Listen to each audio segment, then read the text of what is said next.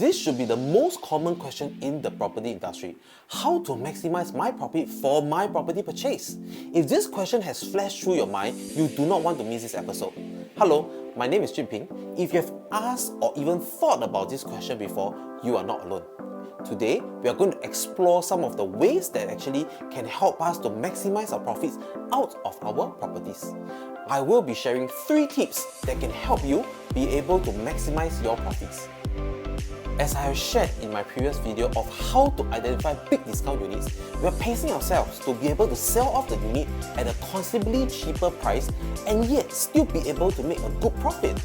This enables us to sell fast and make a profit because we can sell at a relatively attractive price.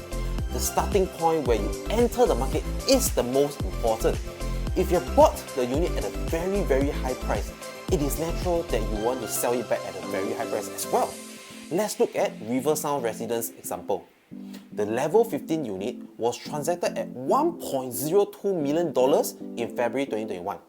The level 14 unit was transacted at $1.13 million in March 2021. Both units are on the same step. Imagine, level 15 owner received an offer of $1.13 million. Majority of you can consider to sell since there's already a 100k profit made. Now, imagine level 14's owner received the same offer of $1.13 million.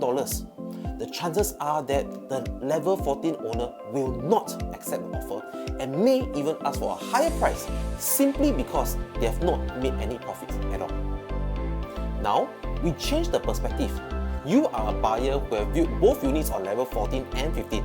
And say for example, both units are asking for $1.2 million. Which one will you pick? The higher floor unit or the lower floor unit, both with the same size, same facing and the same price? Majority should prefer the level 15. And this boils down to one simple reason. The level 15 unit that was bought cheaper can now be more competitive compared to the level 14 unit that was bought expensive. My second tip is that we need to understand our demand in the surrounding to maximize our profits. As much as we buy properties for own stay, it is also important to ensure that we achieve asset progression. As we buy a property, it is important to have in mind who we can sell the unit to for the best possible profit in the area. By understanding demand, we can make good decisions on which unit we can buy. Let's look at High Park as an example. The 893 square feet pool facing unit made a profit of $181,000, while the 980 square feet guardhouse facing unit made a profit of more than $300,000. High Park is in Fernville, which was surrounded by many HDB flats. The main target audience will be the HDB upgraders in the area looking for own stay.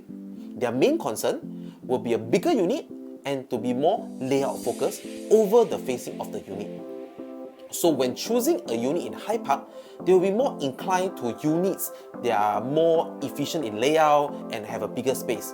This is why the 980 square feet, which is a 3-bedroom premium that consists of an enclosed kitchen and all bedrooms are able to fit a queen size bed, was the choice unit that most prefer and was able to make a much better profit compared to the pool facing unit that was a 3-bedroom compact.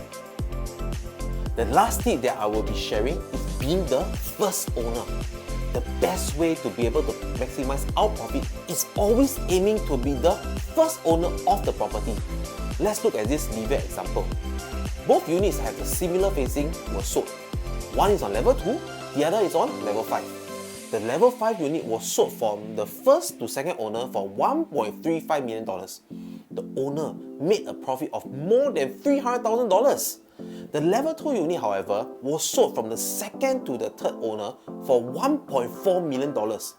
In this transaction, the second owner made a loss of $60,000. But if you notice, the first owner who bought it at around $1 million sold off the unit to the second owner for a handsome $460,000 profit. So what I want to share is that by being the first owner of the property, the risk of losing money can be minimized and your profit will usually be one of the most compared to the rest of the subsequent sellers.